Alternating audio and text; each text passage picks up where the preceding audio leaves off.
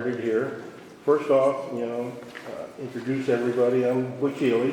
To my left is Consbruck, Councilman Brad Consbruck, and to my right is Sean Metcalf.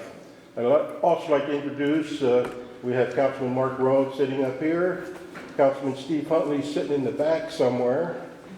Hartman's back there too. And Councilman Hartman. And over there to the far right is Chad Bunger. He's the Development Services Director, so normally there's some questions for him. And up here is Mickey Schaefer, she's with the Chamber, and Shannon, there she is, Shannon Landauer, she's the Director of the Chamber and HEDC. So, with that, how many do we have from Ward 2 to here today? Good. Okay. After the presentation, we're going to open it up for questions, and what we'd like to do is start with any Ward 2 questions, any concerns with Ward 2, and after that, then we'll open it up for everything. Okay? And as we're doing the PowerPoints here, feel free to raise your hand and ask a question. I'll chase you down. And he'll chase you down the microphone. Did you introduce them? Oh, and to my right here, that's Tony Herman. He's the guy that puts all this together, and he's the Director of Public Information. Okay. Anything you want to say? No, I think I'm ready to go. Okay.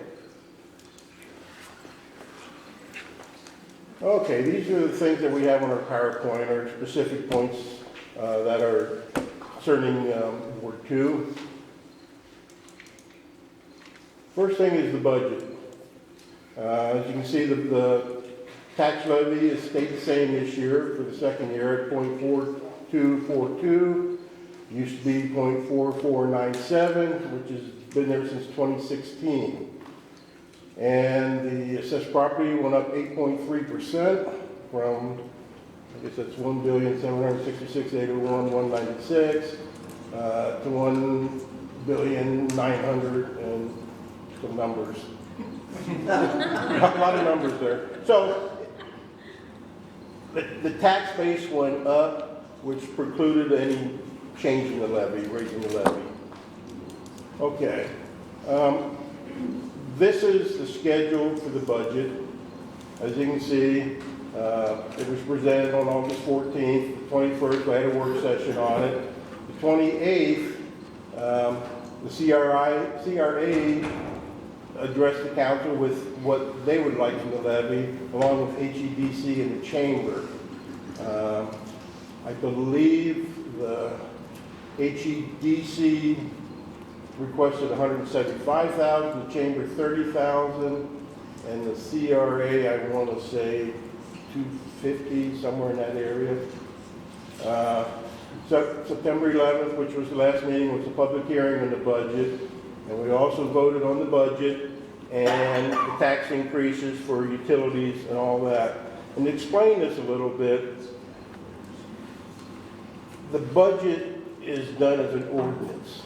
And as an ordinance, it only takes a majority vote to pass the budget.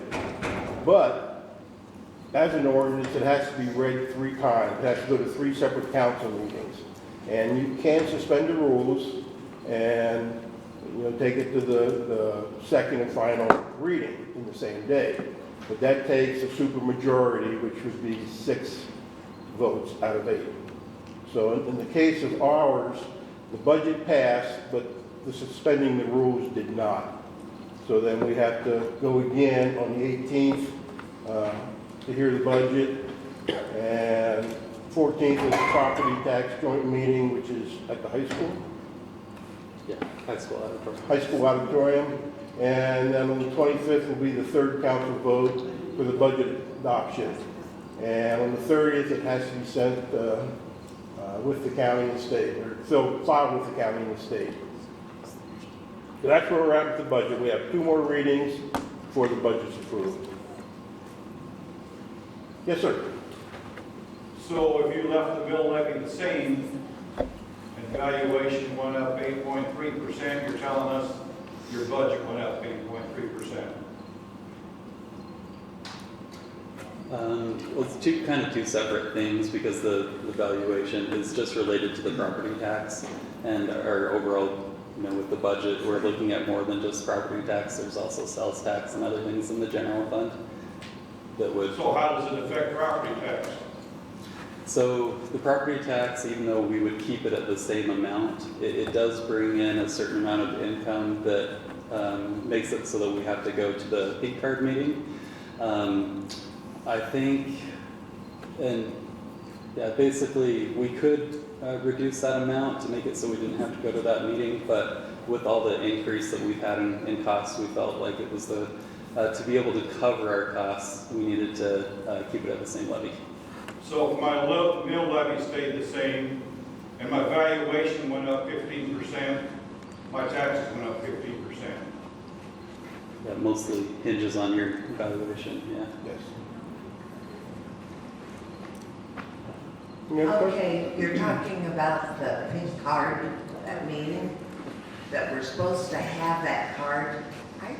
I know I've never gotten that in the mail. Has anybody in here gotten their pink card? No. 90% of us haven't got that pink card for that meeting on the 18th, or the 14th. When do we get that to be able to complain about it or approve it, whichever you want? So we're going to be calling the county first thing in the morning to ask, because they're in charge of that card going out to everyone. So, and we, as far as like the time frame when we can have this meeting, we're at the very beginning of that time frame. So that's why, if you were to go ask another community if you got your pink card, they probably haven't either. But I would expect that will be coming very soon, but we'll know for sure in the morning. We had the same question. Okay, anybody else? Okay, next topic is the airport. I'm sure that everybody's seen that there's been a lot of new stuff going on out here. Just a couple weeks ago, we played host to the Nebraska Chapter Antique Airplanes and had quite a few airplanes come in. They cooked 210 hamburgers, and they did Nebraska beef. They did a big deal with their supper was Nebraska steaks, and the burgers were Nebraska burgers. Had planes from all over. Okay. Hastings Airport was the starting point for the Bladesboro Bendix. Bladesboro Bendix honors the Bendix Trophy, a point-to-point race from Burbank. And California, Cleveland, Ohio, founded in 1935 by industrialist Vincent Bender as part of the National Air Races. Sorry, it's on an angle and I can't quite get it right. Okay. And in the current rendition, using 1930s and 40s era aircraft, the flight time between Hastings and Bladesboro, Iowa, planes make stops at Red Oak Municipal Airport in Iowa and Greenfield Municipal Airport in Iowa before making the final leg of the journey. 4,500 gallons of jet fuel and 3,000 gallons of 100 low lead fuel. Thanks. Were sold in August. So we've really, since we had the FBO here, we've really increased the sales of fuel, and we can be cost efficient and comparative with other places. So we get a lot of people stopping here just to fuel. And I think we also have a few, over there, a few vehicles that when they come into fuel, make a stop, they can grab a vehicle and go in, get something to eat, something to drink. 31,000 gallons of jet fuel were sold in July due to crop spraying. Typical month sees 7,500 to 8,000 gallons. There's a new private hangar being built in the field and should be completed in October. And if everybody doesn't know, we have We now have a mechanic shop. We never used to have mechanics here. So a lot of people would not fly in because they couldn't get their airplanes worked on. But now I think we have like 5 maybe, or 3. But we have a bunch and they're busy. And, you know, coming up 12th Street, the FBO is that first building. And they do flying lessons too. Okay, working on repairs from the 2022 hailstorm. The new mechanics are busy. Oh, there you go. They employ 6 full-time mechanics. I have a waiting list for avionics parts. The airport currently has around 40 airplanes based here. 1 new pilot passed the check ride in August. There were 2 new pilots in July. That was one of the big things people wanted at the airport. You know, a few years ago we were researching some things was, you know, they wanted a place to learn to fly. And they wanted airplanes to learn to fly in. Okay, any questions on the airport? Who did this remodeling? And for the terminal here? Yeah, this, they did a good job. Yeah. Yeah, several different contractors did. Yeah, wonderful. And this will be the, you know, the council chambers next month. Yeah. Wow. Roger Kaufman, I was just wondering, like this space operator, does he work out of this building, or is this what the public sees when they land? Is utilizing this building, or is it the little house? No, it's a little house down there. That's where the fixed based operator is. And Why, I'm just asking. Yeah. Why would that be? When this looks like more of an airport facility. yeah, They taxi up to a little WPA project Yeah. cabin. well, you know, I used to meet people out here who would fly in jets, mhm. and they would land and they'd taxi over there. I used to fly out of here. And, you know, but anyway, that's my question, Yeah. so. Well, I think they come up here in fuel, but you know, at this point in time, there's really nothing in here for the planes coming in to do, because they're going to get fuel here, and they're going to get all their weather and everything else down at the fixed based operator. But those are just radios that can be Sure. moved to this building. And Sure. That's my question. This presents itself a little more professional than the little house down there. Not just making a comment. Good question, and I don't have an answer, but I will ask that. I will ask Matt about that. Okay. One comment that I would add to that is our airport manager does that straight behind us, that office, that's his. So he's back and forth.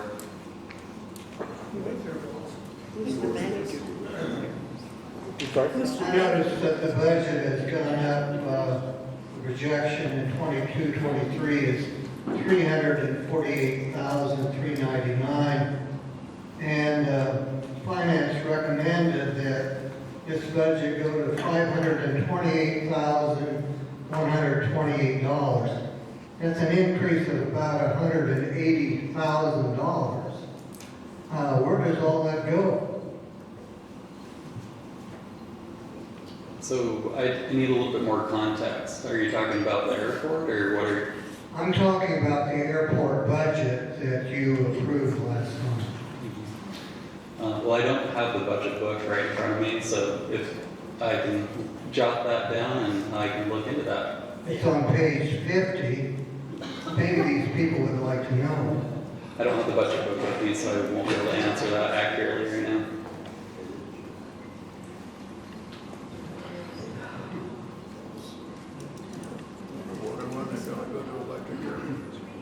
Okay, so we're at the theater district. Senior living apartment continues progressing at the theater district, a 78-unit apartment building. No specific date for completion of the project has been started or stated yet, but I was hearing, you know, January, February, maybe they'll be ready for moving in or for renting out. I know that they have 3 to 4 different size apartments in there, 3 to 4 different prices, and I think they start about $950. So there's been a lot of interest in that. Permits have been issued for 3 new tenant finishes in the 6-bay commercial building.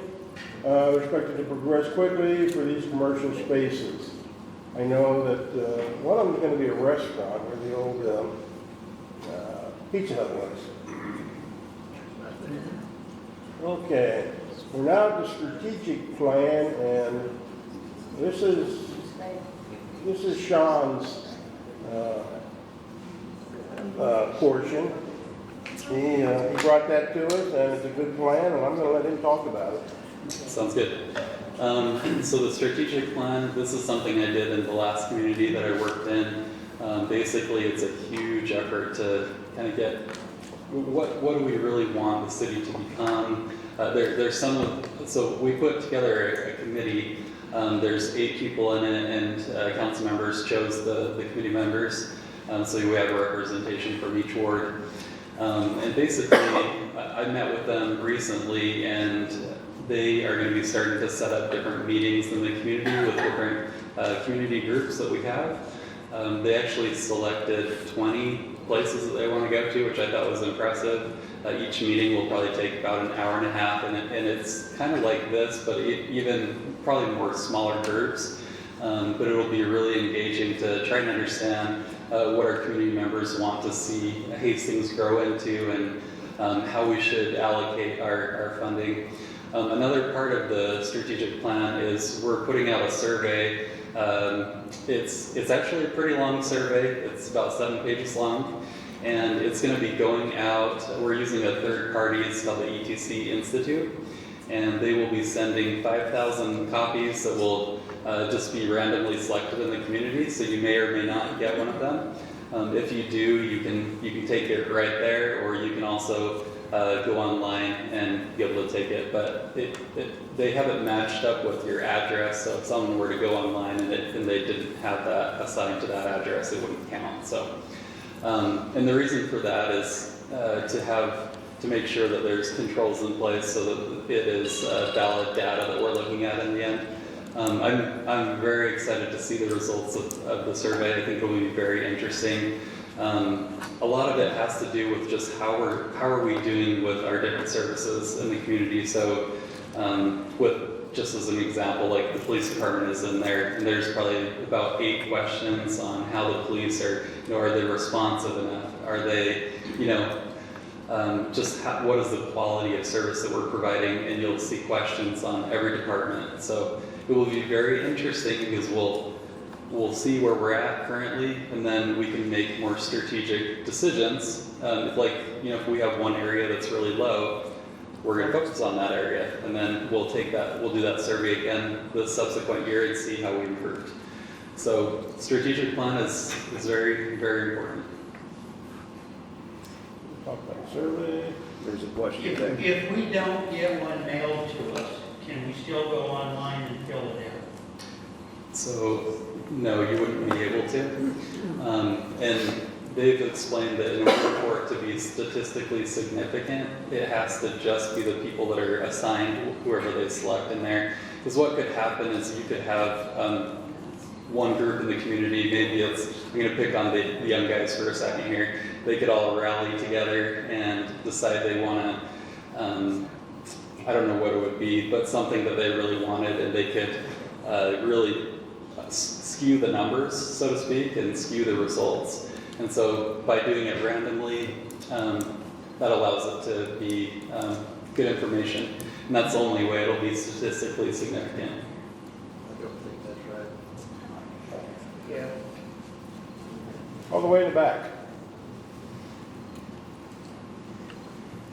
I'm just curious, why would all the taxpayers not get this? I mean, I get what you're saying about skewing it, but it would also be skewed in the other concept of if you only send 5,000 out and there's 25,000 citizens roughly, then you skipped 20% of the 20,000 citizens.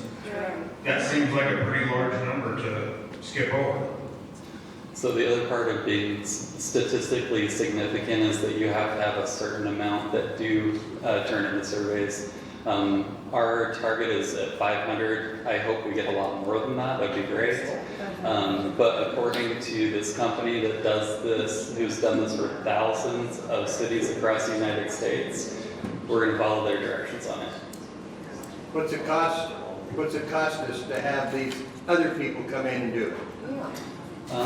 It is around 20,000 Oh, yeah, sure. to have them do. I could to have do it them for do. nothing. No. I'd like to know in your surveys, how many people really fill out a 7-page survey that don't just say the heck with it and throw it away? And I'll bet you they have those figures. Yeah, some will. Talking to this company, there are other communities that have in that 7-page range. So yeah, some won't take it, I'm sure, but basically they'll continue to send them out until they reach that I'll target. bet you the majority won't send it. We'll see.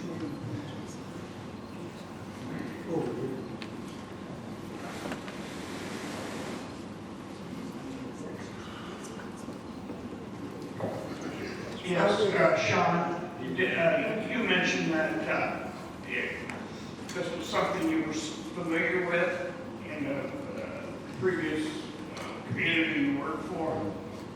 Do you have any results of that survey and how that might play into what ours would look like? Yeah, I'll give a specific example that I remember from it. One of the questions in the survey that we had was, is the city of Rollins, Wyoming going in the right direction? We put that out about 2 months into when I was there, and then we went through that strategic planning process with the community. We set up those good goals to be going after that was meaningful to residents. There will be different components of kind of the final product of the strategic plan. Basically, at the very top, you've got the mission and vision, which is all, run by council. Right underneath that is directives and initiatives, and those are the two things that our committee is going to be focusing on. Is what they'll see when they start looking at the survey and they're doing all these meetings. Is we'll probably have some themes that come out of it. Just for an example, I would guess that there's going to be a theme that we need to work on our infrastructure. So that could end up being a directive. And the initiatives go right underneath that. And then we also have measurements of success so that we can see, okay, what would prove that we're actually accomplishing these goals. So that's kind of what it looks like. After we implemented it entirely, built it into a software, and we had everything in there, and we were working really hard all year. The subsequent year, we asked that same question, is Rollins going in the right direction? And we actually saw a 19% increase in people that said we were going in the right direction.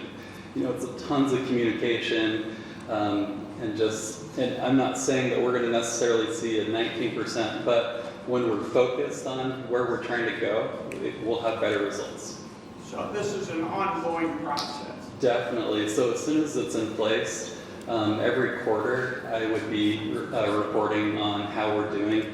Also, the software that we're planning to use will be very quite engaging, and so I know some people wanted to see projects a little bit better. I know that's been something I've heard, and so this what we want to do is kind of design, like, whatever projects comes from the strategic plan, is to make them more of a visual thing for residents to be able to see, so they can tangibly see, okay, this is when the project starts, here's some pictures of what it'll look like. Just something that I think you all would really like. Does that mean 81% is not saying that we're not going in the right direction? It was, to start with, it was something like... You said 19% said... 19% increase from the prior year. Okay. Who is administrating this survey? It's the ETC Institute. ETC. Which stands for? I'd have to look at it. Where are they from? Where are they from? Olathe, Kansas.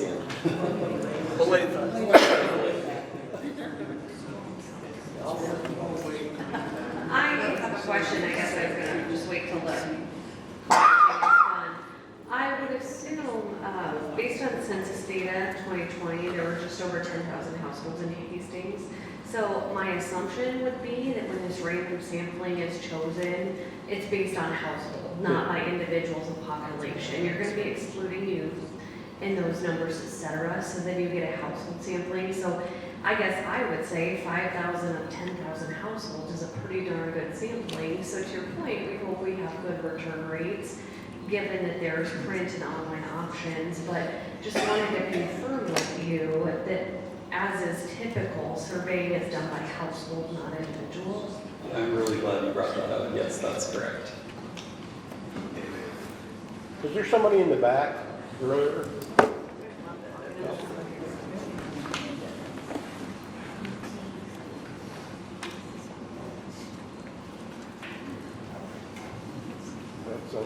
So just a two-part question. The city building survey, how many responded to those surveys? And now I forgot the second part, so I guess you just got a one-part question. Well, that's nice of you to make it one question. So it was 600, approximately 600 that we got. It was a very short survey, so that made it easier for people to take. And so 600 within, it was like 2 weeks or something like that. So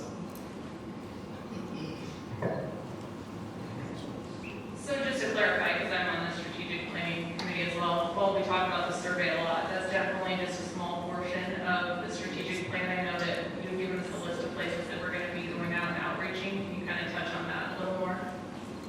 Different groups in the community that would be getting feedback from maybe?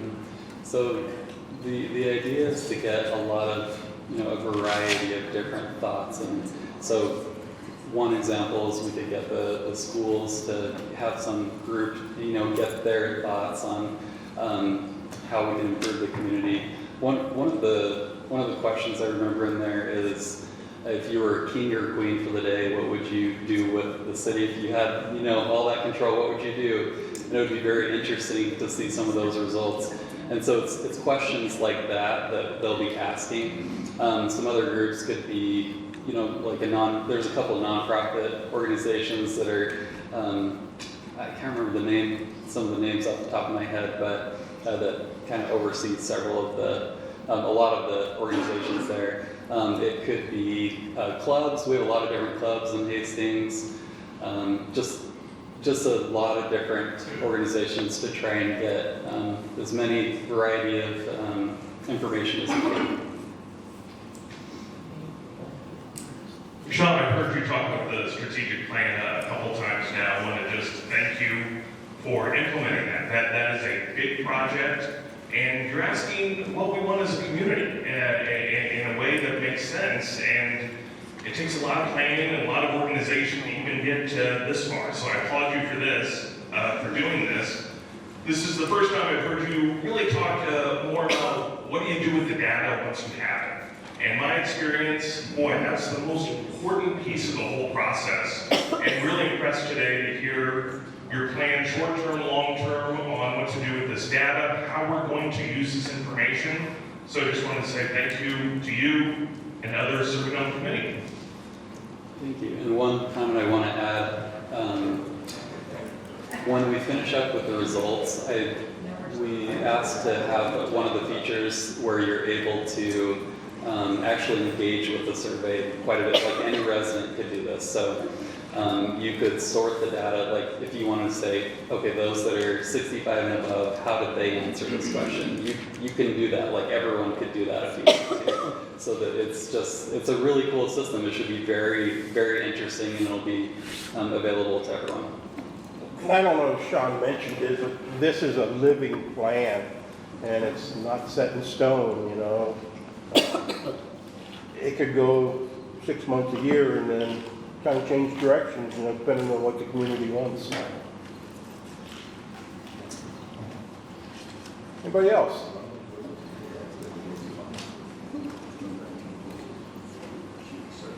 Okay.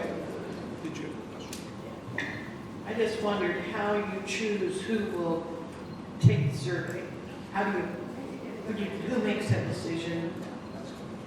How does that work? It's that company, the ETC Institute. They told me that they partner up with someone, and they didn't know exactly how they got all the the random selection, but it's them that's doing it. So, Sean, is it fair to say that it would be sent out randomly, so there's not a specific group of people that it's going wherever whatever decides to take it to? Yeah. Okay. One question we did put in there was which ward are you from? And so I would like to be able to show like a visual of like, you know, how many different people from different wards were, you know, take the survey. Should be a good spread.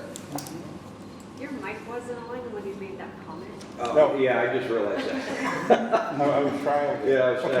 Well, I'm used to the, I don't turn on until I'm going to talk at the council meeting, but, yeah, what I want to clarify for the question for the lady over here was that the survey is sent out randomly by whatever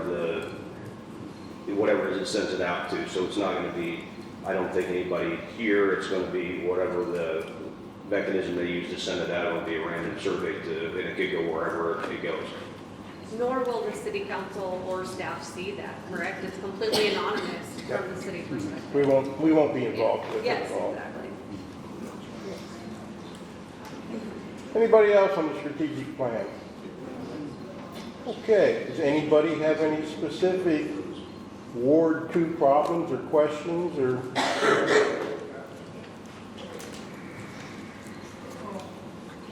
Now you can just stay down. Right outside the airport, there is a 45-mile-an-hour sign, and there's double lines, and I just live over here on Sycamore. Coming onto 12th Street, there are between 5 and 7 entrances onto 12th Street. There's a 45-mile-an-hour sign there, and people think that taking off before they get to the 45-mile-an-hour sign, or even when they get to it, nobody's going to be coming east from the west or turning out. And I'd like to take that sign and move it 200 yards to the west. And I talked to the state road department. They said they'd have to have somebody sit there and take a survey of how many cars actually use that highway, if it is a highway. He said it was a state highway. I still don't think it is. I don't think so. I think that's It's a city street. I think that's city. I think that's something we can look at. Because I know we looked at that a few years ago, farther west with the speed limits. But you want to bring it 200 feet? I would bring it 200 West. yards to the west. And, I mean, in the winter when the snow and ice are on the field, you don't see the double lines. One thing I could tell you about the street out here on 12th is, as Butch mentioned, we did a survey or a study was done, I don't know, at one point on that street. But here pretty soon, our city engineer told me that he's going to be bringing that to council, some recommendations of what to do, because I know that there's a lot of congestion on this road in certain areas, especially with the new developments coming up. It's going to make that even worse. Oh my goodness, when middle school's open, sometimes they're backed up for more than 2 blocks. Yep, exactly. Waiting for the stop sign. So they were, you know, it's very likely that there could be a roundabout or there could be a street light.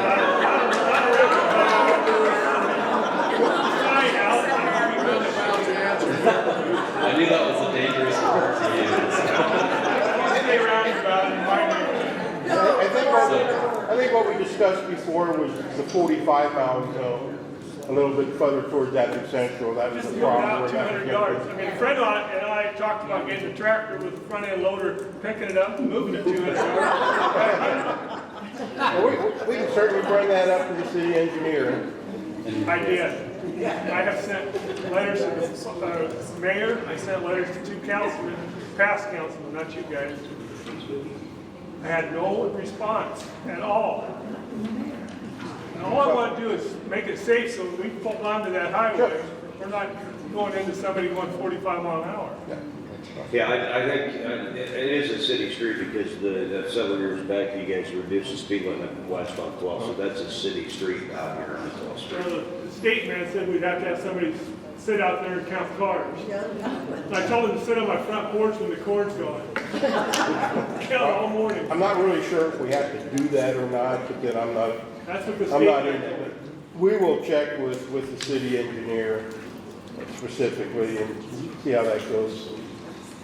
Because I know we have had in the past, you probably remember years ago, down at 14th of Baltimore, there was a problem, you know, because there were stop signs east-west, so you couldn't get out on the Baltimore. And that was a quick fix. And I've also brought that up to Sean today, actually. Same thing at 14th and Crane. We had the same problem there. So we're going to look at that also. Thank you. Another thing that I've mentioned, that the engineers mentioned to me, is that there would be certain spots where the street would be widened so that there's a lane in the middle, and I think that would probably help in certain spots. And actually thinking about this stop sign that you mentioned in a different location for it, with doing some of these changes, that could very easily change the speed limit in certain spots. So I'm thinking you might have a solution that way when this project gets going. So yeah, you move it, don't let it speed up. Oh, by the way, we need a culvert in the north end of Sept. They didn't put one in when they built the street. And when it gets icy, cars don't go up that little hump very easily. And, in the past couple months, I've also had some complaints about the school crossing at 12th and Crane, the push button amber light. So I've also brought that to Lee Ruman's attention and Sean's, and they're researching what they can do with that, make that a little bit better, a little safer. Any other questions on Ward 2? Yes, sir. You mentioned changing the speed limit, but I don't think that would do any good because I don't think anybody watches the speed limits anyway. I mean, they go by our house at 25-mile-an-hour zone, 45 to 60 mile an hour. And they don't bother to stop at a stop sign. Yeah, I'm not going to disagree with you. We need somebody out there to help. I know they can't be every place at once, but it's getting ridiculous. It's getting dangerous out there. Another question on that strategic survey. Will that be sent out? You said that you were curious to see what the feedback was from each ward. You would definitely send those out equally to each ward to begin with, right? Otherwise, each ward wouldn't be equally represented. All that I know on that is that it's just miscellaneously selected, so there's going to be, I would think that it would be pretty close as far as representation in each ward. And then as soon as we get the data, we'll make it available as soon as we can, so everyone can look at it. Sean, wouldn't you set up the parameters on what, I mean, obviously, in order to do this study, you would set the parameters. What were the parameters that were set for them to go ahead and proceed with the survey? With regards to, they came up with 5,000, so that would have been a parameter. So you told them there was this population, this many households. What were the parameters that you shared with them that you wanted to have in that survey? What you just mentioned, trying to think if there was anything else. I mean, for example, age, size of households, age is a question, income is a question. Yeah. So those are all going to be part of those. They will, yeah. Parameters. Yep. Size. Is it possible we could get the list of the parameters? Should we utilize it? Yeah, I think it'd be helpful for everybody to answer their question. Yeah, I think what we probably could just put it online somewhere so that people could see it. If you just want to see what it looks like, I think we probably what the parameters that you utilize. Yeah, sure. With any study, you have the hypothesis, and this is what you're giving them the information from that, and then conclusion. The other question was last night. There was a motion and second to suspend the rules and then to take a vote. What does that do to, if it didn't pass, what does that do with the first vote? Well, as I stated earlier, we're voting on an ordinance. So the actual ordinance just requires a majority. So the vote on the budget passed, but it has to be read 3 times or go to 3 council meetings. So the motion to suspend the rules just means that what we're trying to do is just pass it the first time and not go to the second and third meeting. But to suspend the rules, you have to have a supermajority or 6 out of 8 votes. So would you have voted first to suspend, and then your next vote would have been to take the vote? No, we You put it voted, together? we voted for the ordinance, which is the budget, and then after that was passed, then we voted to suspend the rules. And since suspension of the rules did not pass, that means that we have to go again for 2 more council sessions and go over that.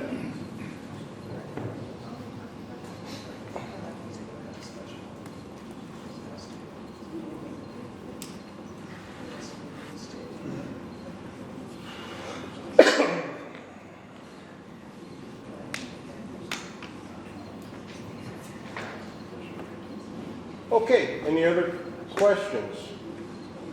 Okay, let's open it up to, yes, sir.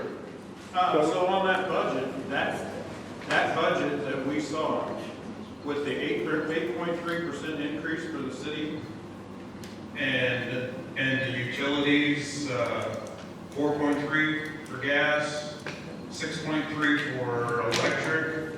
I'm probably getting them out of order. 23.6% total increase. That passed. You guys passed that last night? We passed it on the first reading. We have to pass it twice more. And, Okay. Two different readings. So basically, it's gonna pass. I mean, it's not going back, trim off 1%, get it down to 7, get it down to 6. It's just, we just gotta take it. Well, it could change, probably not. You know, So you're saying you would pass it at 8 point? The city budget at 8.3? I voted with 4 other council members for that budget. Okay, thank you.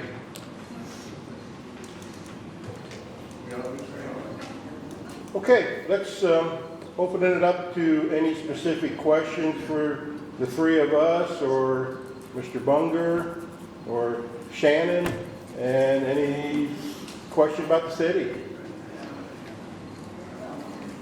Everything's fair game.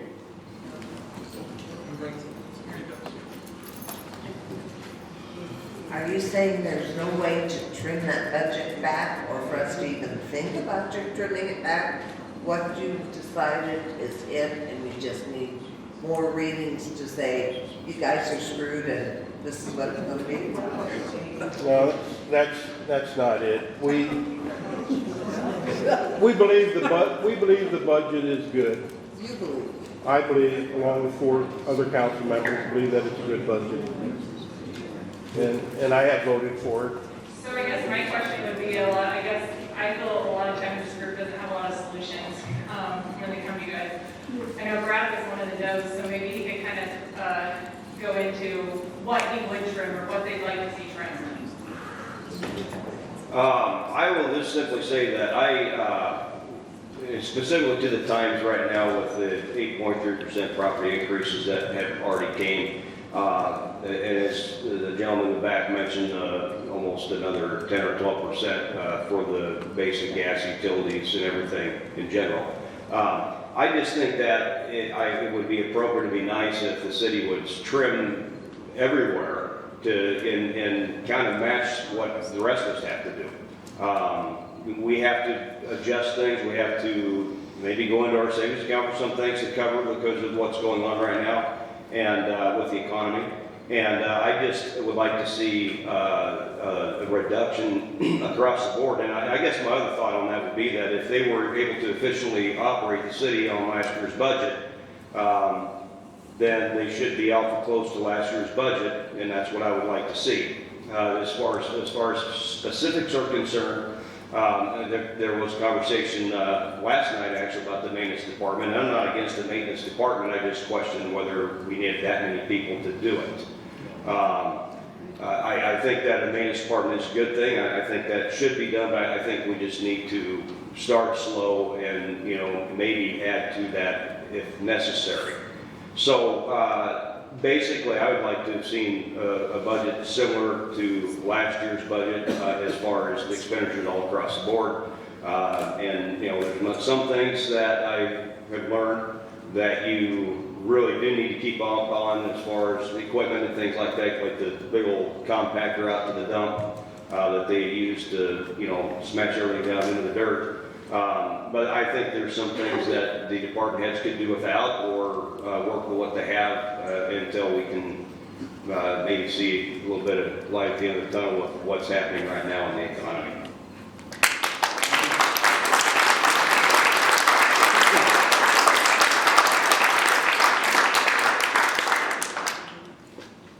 Tony?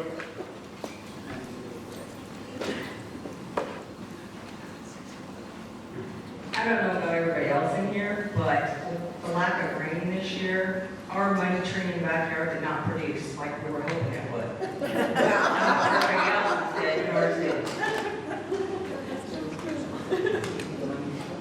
Mine didn't either.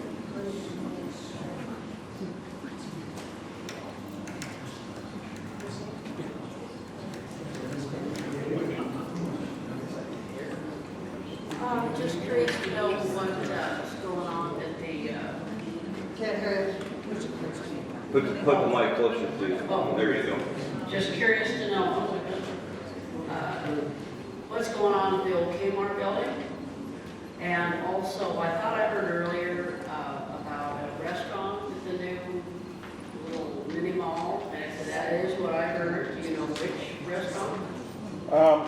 Actually, you know, I just read it somewhere just the other day, and it's going to be like a home-style restaurant. It's going to go in over there. As far as the Kmart building, I heard what was going in there, but I can't recall. I think, Sean, weren't you telling me earlier that there's some areas of the Kmart building that have been, or going to be rented or have been rented? I think It's Health and Human Services. Oh, that's right. Okay, there we go. and then there's some interest in the other portions of the building. Yeah, they're going to be like 85 people moving into that building with Health and Human Services. Hi, my name is Jody Sussman, and I actually don't live in this ward. I was out of town for Ward 3, but I work down the street at the Landmark Center. And the first thing I have is just a comment. Obviously, I'm one of the younger people in the room, and it makes me think a lot about my grandparents and what my grandparents would tell me about respecting others and being open to people's comments. And so I would just like to remind everyone, as we're sitting here and in our everyday conversations with our council people, city staff, and just our community members, how we're treating each other and valuing each other's opinions. And the actual question I have is, it seems like there's been some disregard for experts and people with credentials. Last night during the city council meeting, it was passed, for the maintenance department. I know I was hired in my job to strategically manage people and reach our goals and not think about how I'm going to maintain our building. Just like with the survey that's going to be sent out. I went to school for sociological research. There's experts that handle that. We have experts in the city, like Sean, that has expertise in planning, and Chad, and everyone else. And I feel like when we're disregarding and thinking, not giving credit to the credentials, it does a disservice to all that they bring to the community.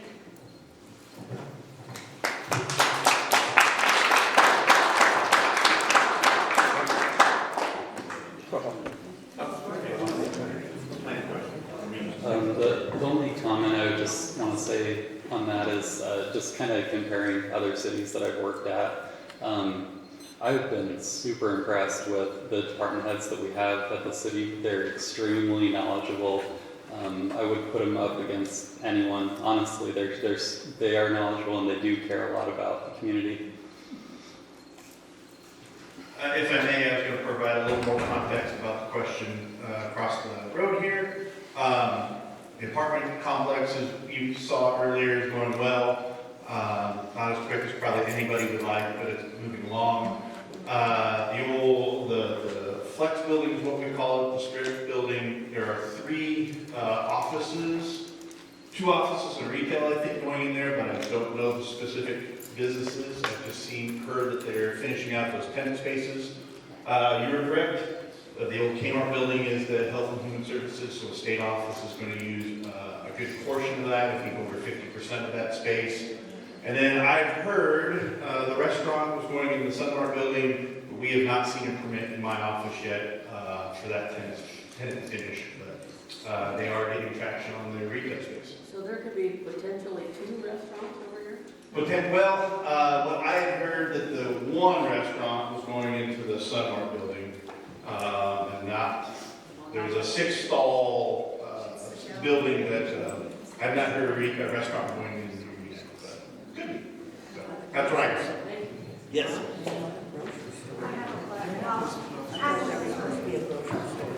Actually, I have a request. And my request is, well, you talk about the budget, and I've heard a lot of people talk about congestion of traffic and everything. And watching this town, and like around school and everything, you can't get around. Kids are going on their walking to school and whatever. We have a bike trail. We have a bike trail that makes absolutely no sense. Because nothing connects. Why can't we have the bike trail? And those guys talk about people coming down 12th Street or coming off this street 45 miles an hour. Nobody's stopping at stop signs. We kind of proposed the bike trail that connects. Granted, it's not on the south side yet, but finish the one on this side that goes like up to the park, up to Walmart. I would use it, but I have to cross the whole town and across 12th Street. And, just traffic is busy in the morning. We encourage the kids and parents to help their kids get to school using the bike trail and connect it better, cut down on traffic. Because there's kids right now trying to cross 12th Street. And these kids And it's dangerous for them, they can't even get across the road. No. And people are on those all electric things. There's no traffic for the bikes anywhere. The bike trail is still in the works. The next stage is the south side of town. And then I believe the last stage is going to be close to this area, up here by 14th and that. Steve, you were talking about the bike trail on the south side. Can you add anything to that? They're talking that the preliminary plans ought to be done for the south side October, November. Yeah, that's correct. I've seen those. They're coming along nicely. Again, Chad Bunger, Development Service Director. Also, to your point, earlier we mentioned the 12th Street corridor. We're going through a study with that right now. That should be shared with the City Council Ward session soon. And it does have a significant multimodal connectivity, so biking and walking the trails, not only along 12th, but getting over to 14th. So that connectivity, also some good pedestrian connections for the schools, McCrane and down the way. So it is coming. Like everything, it takes a budget, it takes some work, and it's coming along. I do have another thing. Sure. Because I use the bike trail. And I was using, the other day I was using the bike trail, and I like to go down to, like around the Walmart area, I like to enjoy Starbucks if I go on a bike ride. But crossing by Ace Hardware in that stoplight, I waited for my walk signal. I went, and I have a recumbent trike, so I'm pretty low to the ground, that's one thing, but it doesn't matter. I waited for my walk, and I'll tell you what, people just went. If I was on a regular bike, I would have been hit. I wouldn't have been able to stop fast enough. I wouldn't have been able to get out of my clips.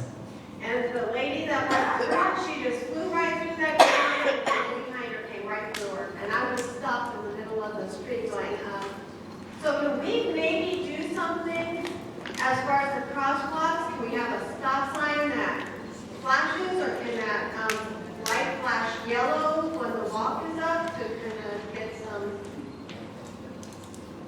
Maybe if we had 16th Street viaduct, maybe it wouldn't be so bad. I'm just saying, if we could just have something to alert it a little better. I appreciate that feedback. Thanks for sharing that.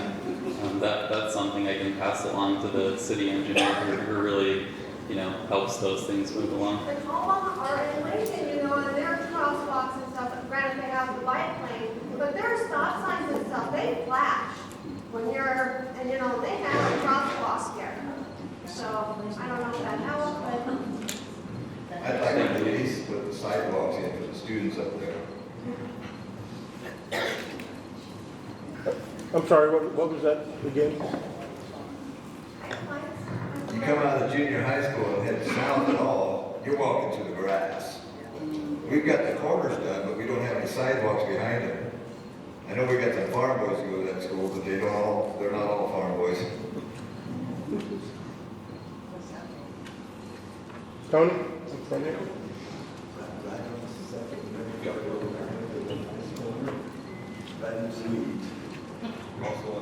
I just want to ask about our beautiful Hastings City building, and you three weren't involved in it at the time.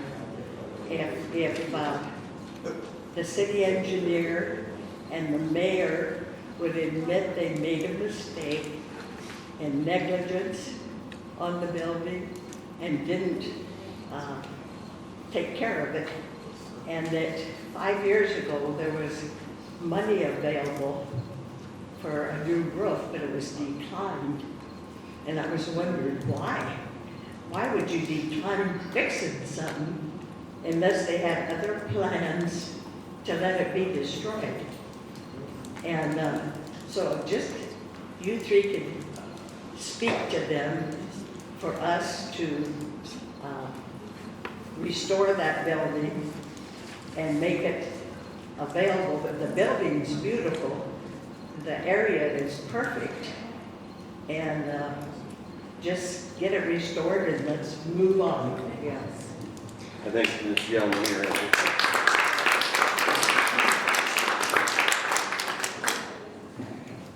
I'm stuck on the budget. What did the city figure as a cost of living increase? 4%. Why wasn't the budget kept to that? Why wasn't the budget? Why wasn't the budget kept to a 4% increase? Everybody else has to live by it. Basically, there's just other increased expenses. We talked about a big portion of that is the facilities maintenance division. That would be a maintenance manager and a specialist that would go in there. So it's actually 3 positions that we're looking at there.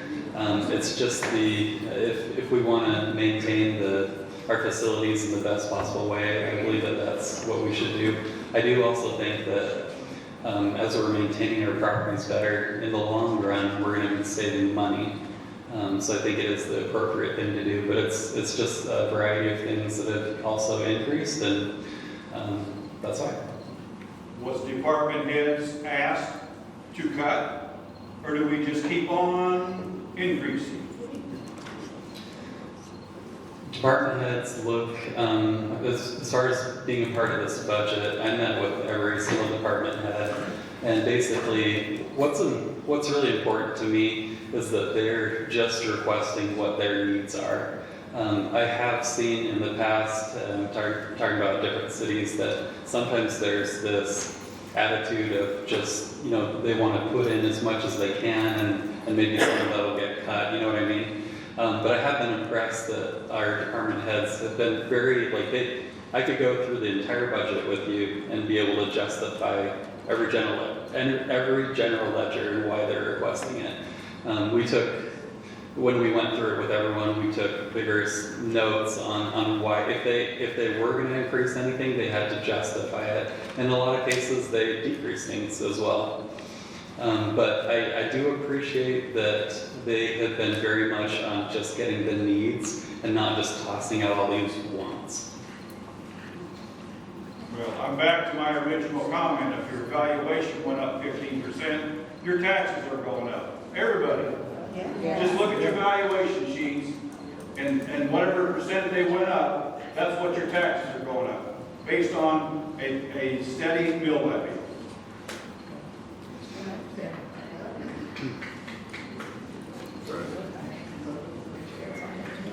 Okay, just one comment. I really do, I do feel what you're saying, and I want to be sensitive to that.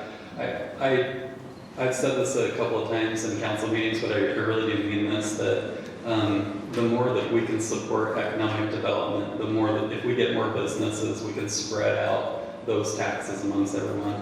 And so I've been making a very diligent effort, and will continue to do that, to be working with HEDC and the chamber to be able to bring businesses in. Even today, we had a meeting with a prospective business owner, and we're just working to make, you know, I know there's been a lot of complaints in the past about some of the experiences the developers have had here. So now what happens is when Shannon told me, okay, they're looking to start their business in a few months from now. That's perfect for me to get involved right then, because I can set up a meeting, bring all department heads that are necessary to help them have a good experience, and they can prep and be ready when they need to start their project. And so that's what I envision doing in the future, and right now, is to create the best experience that we can for them, to increase the chances that we can get them here. And that, out of anything, that's going to help us be able to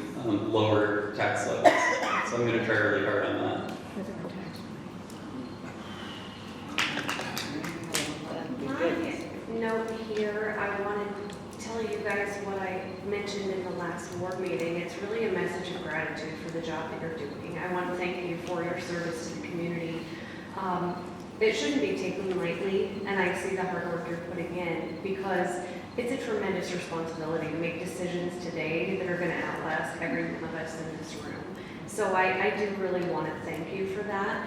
And along some lines that were stated earlier, I'm thankful to your team. Being someone that saw opportunity to raise a family in this community and make it our home for the long term, I see all the positive things. And just like in my own home, it's easy to really look at the things I need to work on, but sometimes you have to step back and appreciate this community and some of those assets that we have and the story that Hastings has to tell. And so along with my learning coming into this community, I just want to thank your team. I've seen them in a couple meetings, and they're challenging when we're talking figures and budgets, but they've been very helpful to me, getting me acquainted with the city, teaching me what they know, wanting to work together in partnership, as Sean said. So I think it's important for you as council members to hear that note of thanks for your work and for the team and all that they're doing. Because at the end of the day, we all just want Hastings to be better and to grow and make sure everybody knows what a great place this really is.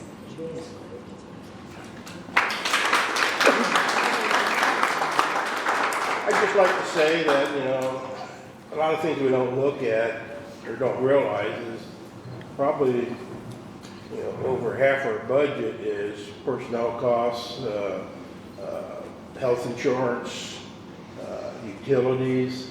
And I've been here 6.5 years, and I've worked with the department heads, and they're well qualified. And I have, once, somebody blew smoke up my butt, and I caught him at it, and he's no longer here.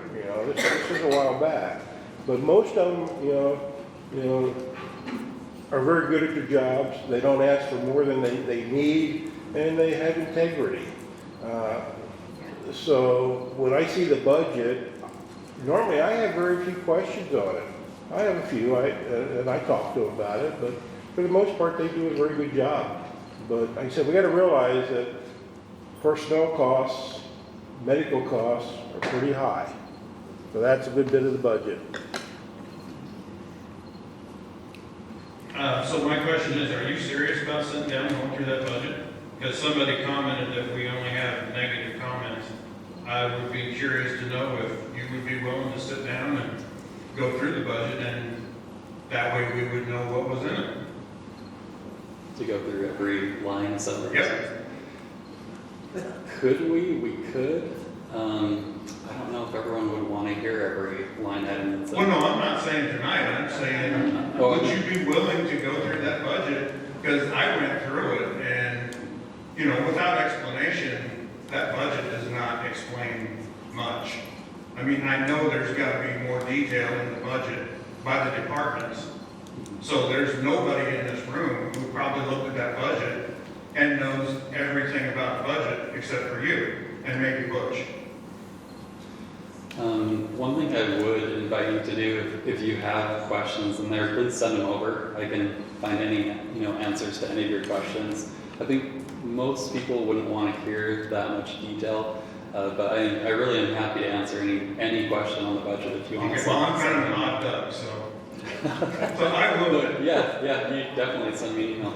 All right. There's a line item on that budget that asks that it'll be 114,000 going up to 164,000 for assistant to the administrator. Sean, how long have you been in this town? I think everyone knows the answer to that. Been here since December. And why already do we need an assistant that's going to cost us that much money? We started looking at the assistant, well, I'm going to say 5 years ago. And we kept, because of, increased budget, we kept pulling it out of the budget. But Sean has 16 direct reports. So that span of control is just unworkable. And we've had that problem with the past city administrators. And I believe, correct me if I'm wrong, but the average span of control should be 4 to 7. So he can't do everything he wants with all the departments. When you have 16 department heads working for you, it's kind of tough. Go ahead. This question is for Brad. Hang on, I wanted to see if Sean wanted to add anything to that. Yeah, I mean, that's the biggest part of it is I want to be able to be a good supervisor for people. And there's some times where I really haven't spent enough time to even do a performance evaluation with someone. There could be a month that goes by where I didn't even talk to a department head, and that's not good. That's not good. It's not like I want to be in the details too much, but I do need to have a little bit more time with them to be able to prevent issues and that collaboration. So I think it would help a lot. And there's also, like with the strategic plan, that's going to be a heavier lift that I could use help with. There's me getting more involved with these development meetings for trying to help developers come in is going to be kind of an increased sort of load. And I don't know, I'm just trying to do the very best that I can, but the help would be very helpful. Go ahead with your question. Okay, this question's for Brad and Steve. Back on August 28th, they had a vote for the levy for the CRA, and you both voted no. Can you explain your position on why you voted no? Yes, it goes back to what I said before on the budget itself. I'm not against the CRA. They were asking for more money than what they had gotten last year, and that's basically the bottom line. It goes back to the economic times, the budget, and everything else. So that's why I voted the way I did on that. And I'm glad you brought that up because, as I said last night, I'm going to try to do better and explain the reason why I'm voting at the time that we're voting on these things, so that these questions can be answered, right away. And that way you guys know where I stand on these things. So, but that's the reason for the CRA vote. And that was also the same reason for the increasing the levy on the city to go from, I think it was a 2.5 to a 3.5, where we voted against that as well.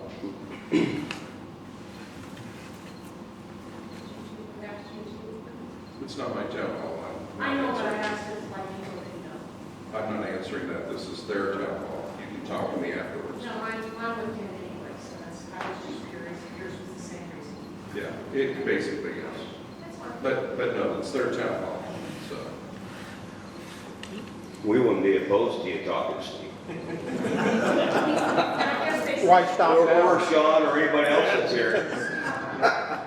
Thanks, Brad. Mm-hmm. I'll remember that. No thanks from Sean back there? Well, I guess I just wanted to make another comment about the budget. I know earlier I had asked, what would you do if we talked talking about a lot of the department heads, which I think a lot of them do a good job, but just no one's really been able to give specifics because we cut that. So I wanted to kind of talk about, I think a lot of people know we have a t-shirt shop in town. I can tell you for the city of Hastings, probably less than $10,000 of the stuff we do a year, nothing, because we are not the low price leader of Hastings, and I will tell you that every department, whether it's the police or the utilities or whoever, they are getting bids for everything. It's obnoxious to the point I don't even want to give them a bid because I know I'm on the lowest. So at least on t-shirts, they're doing their due diligence to make sure they're getting the lowest bid. So when we're talking about budget, I just had to throw that out there.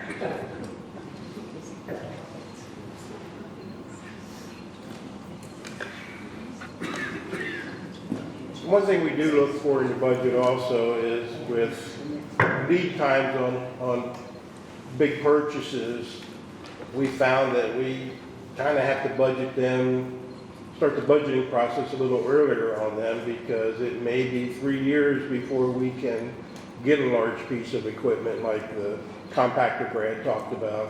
You know, if we budget it, you know, then that moves up to the next budget, to the next budget, to the next budget. But The CRA is getting really inventive on how they're making money. They rented out the old junior high school to the state patrol, mold and all. they're doing what? The CRA has possession of the old junior high school, and they have rented that building for the state patrol to train cops in, mold and all, because it's been empty twice because of the conditions of the building. But now we're making money off of it finally.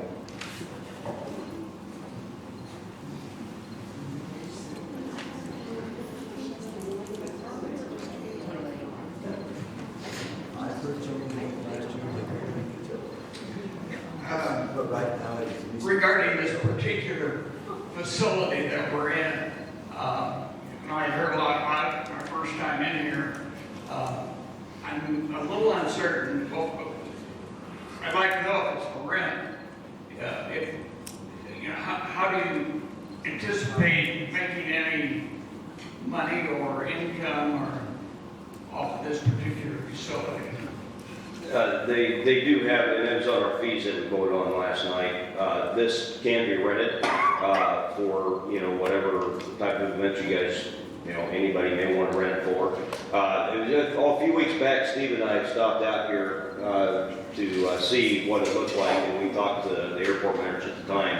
And I didn't realize it until that they were going to make this another facility. It was much like the city auditorium, to where you could, you know, rent it for these various events that people might have, whether it be graduation or whatever. And but I forget what that was, but it was in those fees that we voted on last night, and it kind of covered all of those rental facilities that people can rent from the city. Okay, so the contact for this particular facility would be the manager, the Airport manager. airport manager. Mhm. Okay.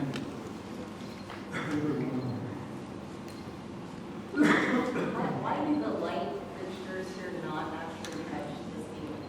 Like they're supposed to, like, there's some of them like hanging down. Covers. And then there's some light bulbs that are torn out. And one that doesn't even have that one. I just wonder if this is.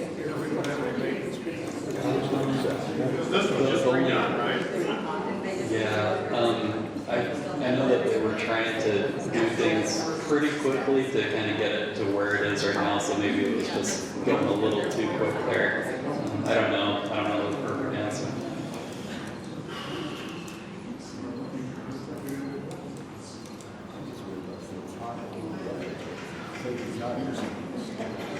Any other questions for us?